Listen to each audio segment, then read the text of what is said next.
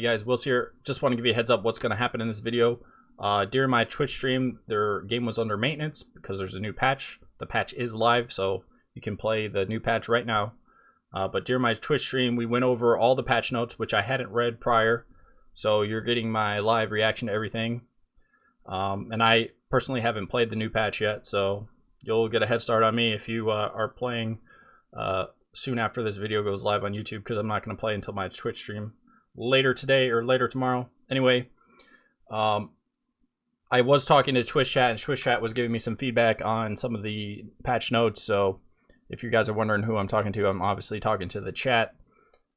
If I do this kind of video in the future, I'll try to remember to put chat on the screen as well, so you guys know exactly what they're saying. But yeah, hope you guys enjoy this one, and I'll see you guys in my next video. Peace. Alright, so this is the Season 26 new version preview. Season 26 should come out on June 3rd. So they're doing the patch for the new season today, May 29th. It's currently being patched as we speak. And the biggest change, obviously, is the new legendary unit, Mountain Chief. He's a beast, he's a warrior, he's legendary. Collapsing Impact is his skill. He unleashes his fury, grabbing enemy pieces with the highest HP within its attack range, repeatedly slamming it to the ground, dealing physical damage, and briefly stunning all enemies within the range. So he's targeting the highest HP unit. So let's say you're playing Cure Synergy. It's obviously going to take whichever unit has the Cure item on it, or the Venomancer. But in any case, it seems very similar to like Tsunami's ability, I suppose. I look like this. I don't look like this today, but I promise you guys, give me... We've streamed for 100 days straight. Give me another 140 days, another 150 days of streaming and going to the gym every day, and I will look like this. I promise you. I will. And you will not believe it when I tell you right now, but trust me, no cap. Anyway, next image. So they're adding 2 new pieces. I haven't really looked at these too intensely, but the first one's going to be a rare quality HP plus 300 with the unique passive. The carrier's damage dealt reduces attack speed of targets by 50% and healing received by 50% for 5 seconds. So this is going to be the new anti-healing item in the game. We're going to get to some other changes to some of the other anti-healing later. So this is going to be your best case scenario for dealing with stuff like Warlocks, I suppose. In my experience, all the anti-healing items in the game don't work correctly, or don't work as you would expect them to, so I'll save my judgment for whether this is actually going to be effective or not, but we shall see.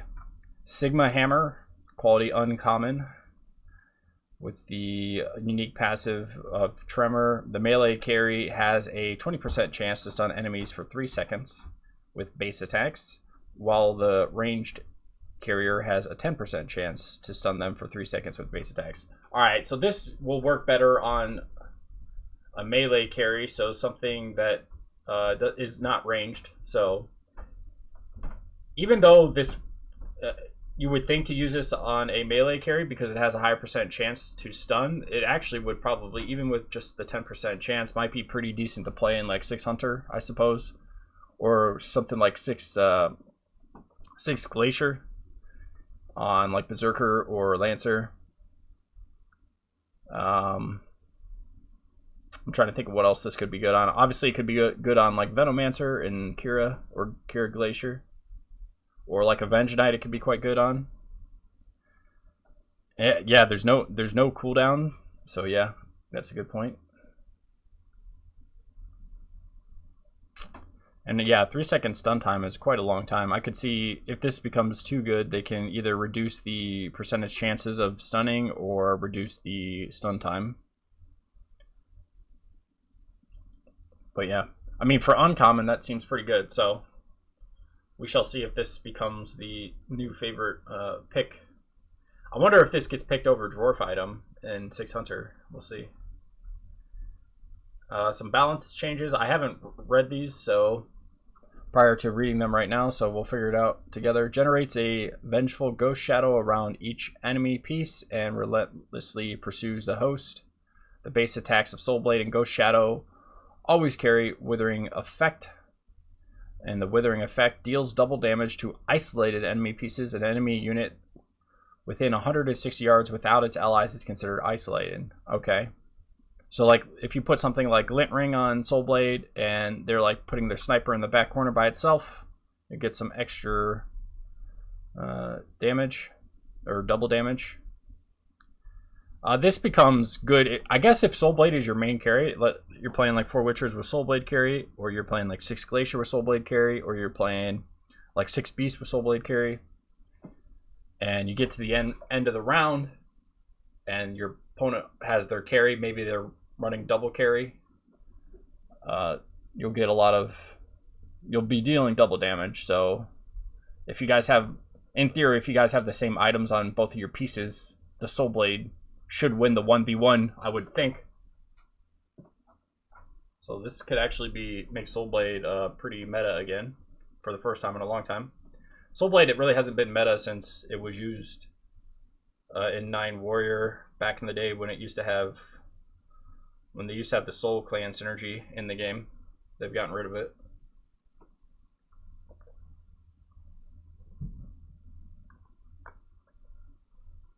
How much damage does the Ghost Shadow do? That's an interesting question. Generates a vengeful Ghost Shadow. Yeah, it doesn't really give us much details about what the Ghost Shadow does.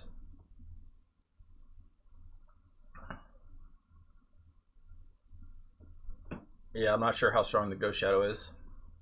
We'll have to see. I'm assuming it's similar to the way it's all, like the Ghost Shadow is going to be similar to what it was already doing, right? With its shadow that it would like leave. I don't know how strong that was. I never really paid attention to it, to be honest. So I do think this double damage could be a big deal when we're talking endgame 1v1 matchups.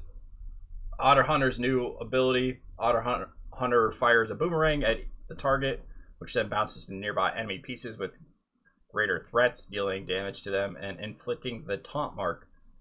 Summoned units will prioritize attacking targets with taunt marks, dealing more damage to them. So if you play this in like shamans, the shamans, I think shamans count as summoned units. I could be wrong, but definitely if you play it like in beast, like the worm summons, or like the werewolf summons, or if you're playing like Whisper Seer, those treants will prioritizing attacking the targets that have the taunt marks. For those of you guys who aren't familiar with the word taunt, it's a very common term used in card games, and it means that or in other games, not just card games, but it typically means that your enemy is forced to target that unit before it targets another unit if it's within its attack area, or if it's targetable, or if like both are targetable, it'll always prioritize the taunt unit first and kill it before it damages anything else. Shamans aren't summons? Okay, good, thank you. But anyway,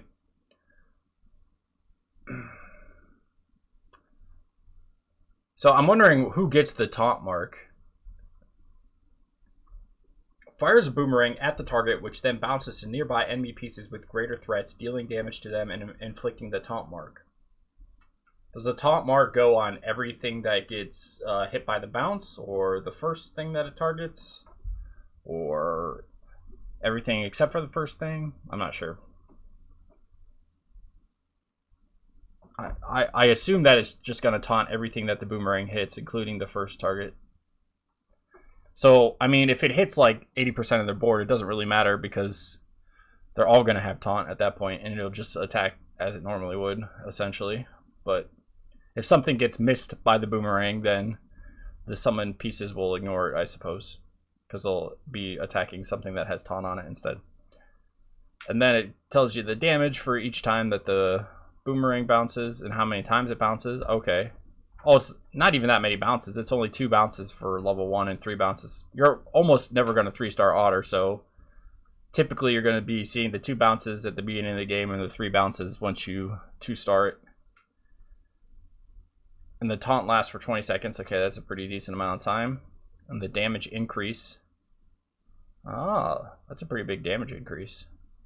So basically 3 units are going to take double damage, because the damage increase of 100% is double, right?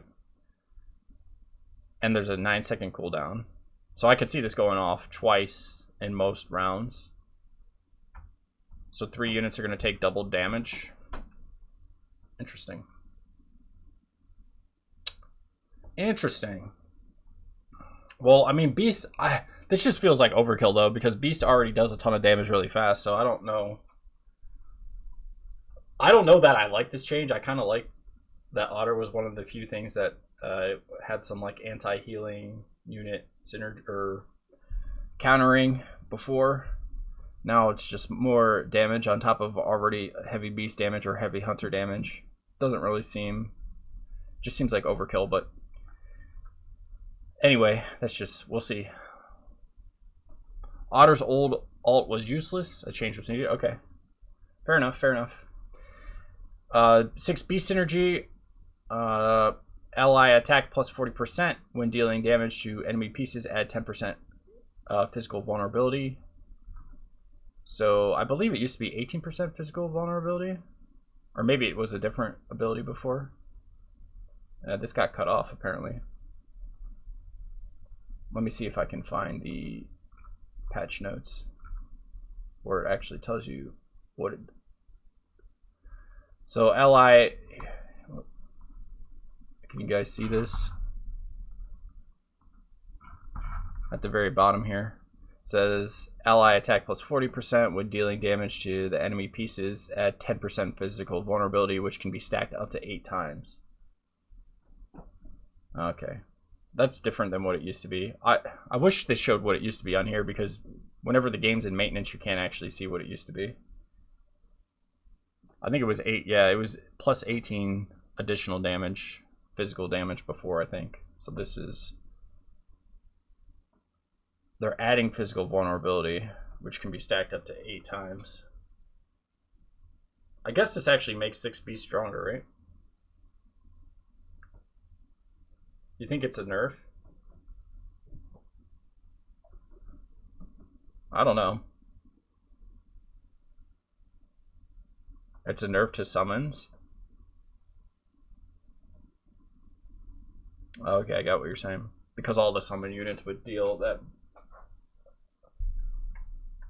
attack damage buff before.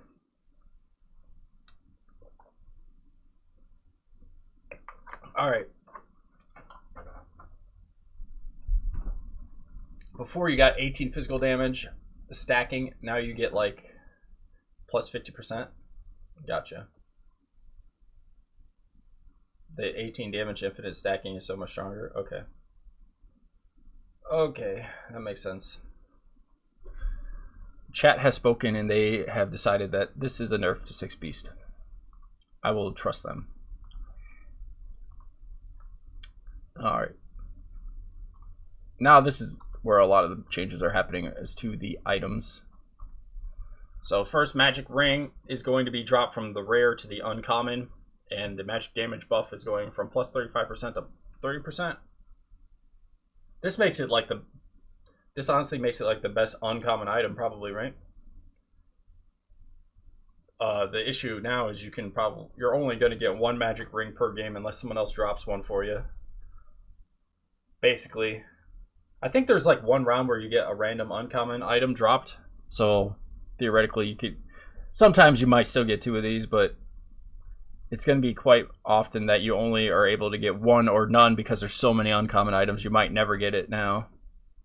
Where before, in a lot of mage builds, you would see like Thunder Spirit with 2 of these on it, or Tortola with 2 of these on it, or Nightmare with 2 of these on it, or God of Thunder. Those days seem gone.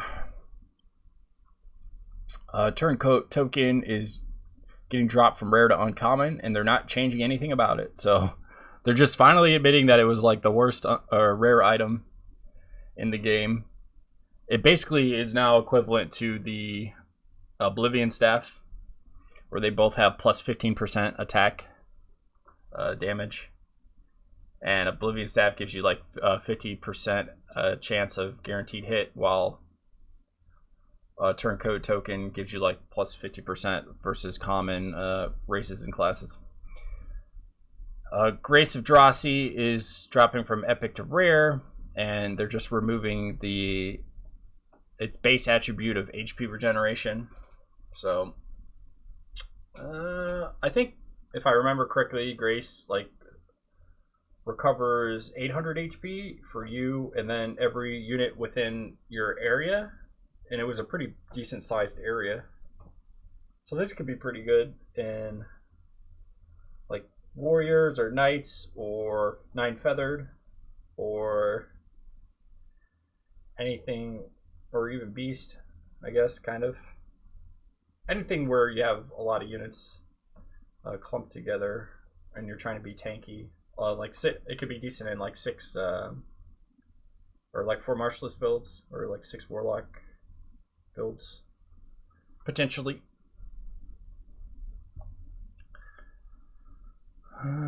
Anyway, the Kira, this is a huge change. Kira is getting bumped up from rare to epic, and they're just giving it a little bit more base HP on its attribute. I think this is warranted, right? Because Kira is so strong right now, and it was so consistent that you would hit it. Now it's like a big investment, and you can't get it until way later in the game, so you can't really like force a Kira build right away as much. You kind of have to play like a more sound strategy, and then way later you can transition into Kira.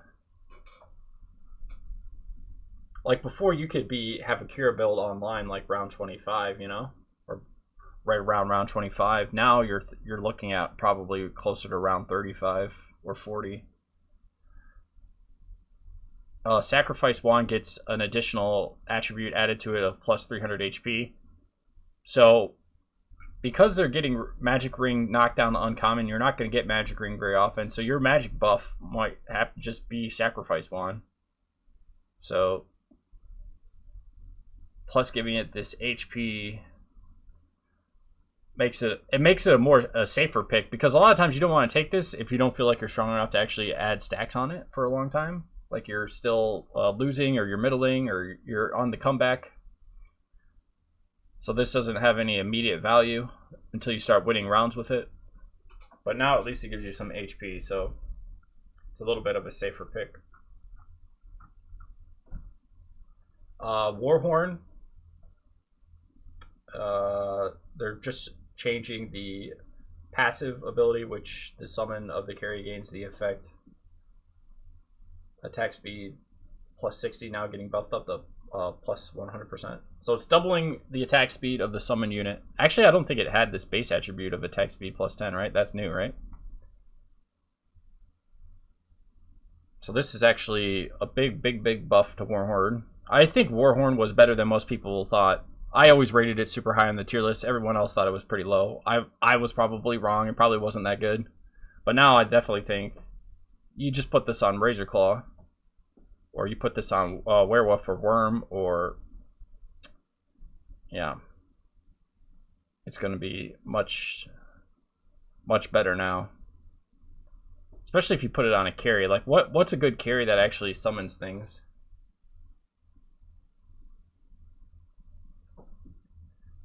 I mean, this is going to work best in a beast build, right? Because you just want to have it on something that's also dealing a bunch of damage with its base attacks. So maybe like a Razor Claw carry in a beast build, or a Worm carry in a beast build, or a Werewolf carry in a beast build. Yeah, I was thinking Cape Prodigy too myself in my head, but I don't know. Cape Prodigy isn't used too much these days, other than fringely in priest builds or insect builds. You don't see very much of either of those right now, and I don't see enough changes to the rest of this patch to bring those back. Oh, Whisper Seer, yeah, that's actually where this goes, is Whisper Seer and Beast. That's exactly where this goes. Good point. All right, and then Exorcism Armor is getting a small nerf. they're basically reducing the amount of time you're dispelling negative effects from 3 seconds down to 2 seconds. I still think Exorcism Armor is like the most consistently best item that you should be picking. I don't think this makes a difference. I mean, it makes some difference, obviously, but I still think you're still picking this with the same frequency.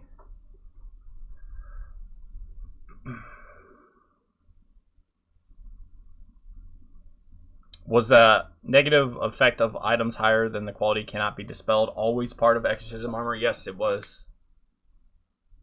So Exorcism Armor was always susceptible to like Scythe of Ice or any legendary item effect. That's why you sometimes want to have Eternity as well, or Eternity instead.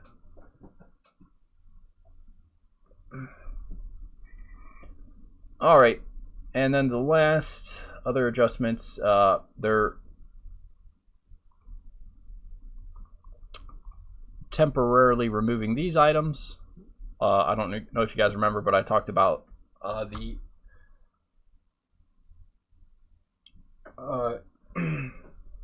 anti-healing items, the new one that they added when I was talking about, let's see if I can find it, this new item. They're now getting rid of Wounding Blade. So your only options for anti-healing is that new item or the plate mail. And the plate mail is not very effective, so it's pretty much down to just that new rare item, and we'll see if it works or not. Origin Wand's gone, which was decent in mages. Blood Echo is gone, which was decent in Insectoid, or you know, on your Whisper Seer, Carry, and Beast, or whatever.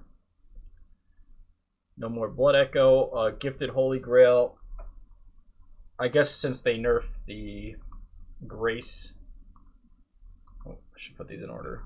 Since they nerfed this down to rare, it basically, instead of having two of these that do a very similar thing, one at uncommon and one at epic, they're just nerfing this down to rare and getting rid of the uncommon version. Ring of Life is getting removed from the common pool, which is interesting. You know, there was a time when I thought it was the best common item to take in the early game, because if you had two of them in the early game, it made your unit very difficult to kill, like before round 10. If you had it on like a decent goblin, it made the unit pretty much unkillable, but that strategy is no longer. So your early game item tier list is going to be a little different now. Probably just focusing on stuff like Glint Ring and Wooden Club, or the mana items. And no more Fearless Gauntlets. Fearless Gauntlets, or probably their data shows people don't pick it very often, which is warranted because it's not that great, but if you're getting into endgame matchups where it's 1v1ing in the end, sometimes it's helpful. It was useful on stuff like Dual Plot against like Mage Shaman, where the fights would go long and you wanted to have that increased damage and increased magic resistance.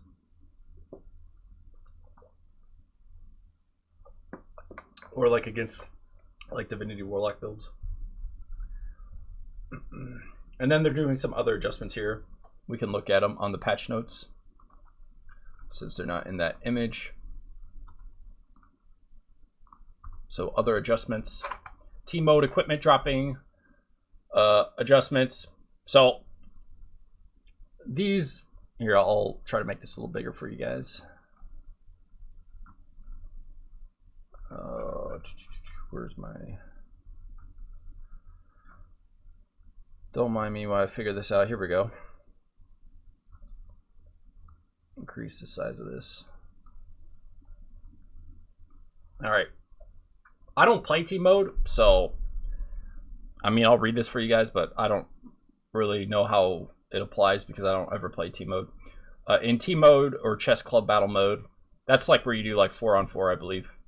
Starting from the 10th round, the corresponding number of team equipment will be dropped according to the number of survivors in the team. And then each team member can choose a piece of equipment. When a piece of equipment is selected by multiple players, it will be decided by points at the end of the team equipment phase and distributed to the player with the highest points. All right, so I believe, like, yeah, in the team mode, when they drop items, you like discuss, theoretically you're supposed to discuss with your teammates and like divvy up the pieces based on like what builds you're playing, or like who needs the, like how to best optimize who gets what piece. Team members who fail to get the highest points and unselected members will randomly obtain the remaining team equipment. Yeah, so like if one person says, hey, I want this wooden club, they get the wooden club, and if no one else picks anything else, then it'll just distribute it according to this. Low quality equipment that may be randomly dropped will no longer be dropped during the round of distributing team equipment. Equipment for killing creeps will be distributed normally. Okay. So yeah, it's just like low quality equipment isn't being randomly dropped anymore. And then they're changing stuff about the mentorship system. I've never done the mentorship thing. I've never had a mentor or been someone's mentor. I don't know if anyone actually takes advantage of this system. So if this is something you guys are taking part in or want to read about, there you can pause the video and read it.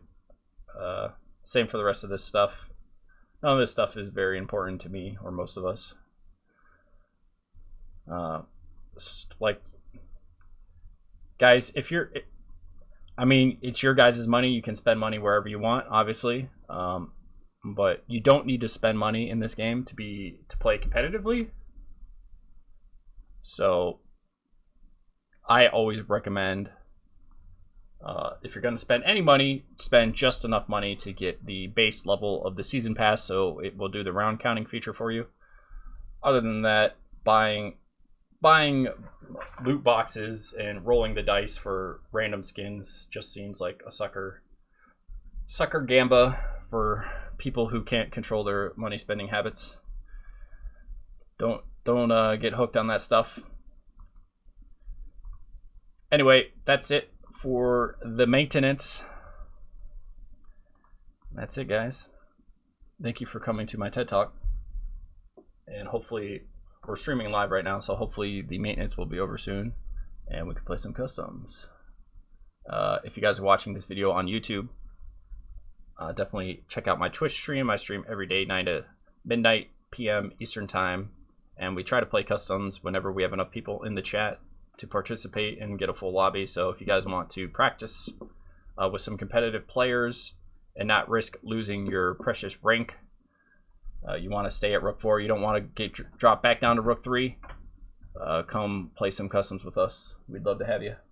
Alright guys, that's it for this video. Thanks for checking it out, and I'll see you guys in my next video. Peace!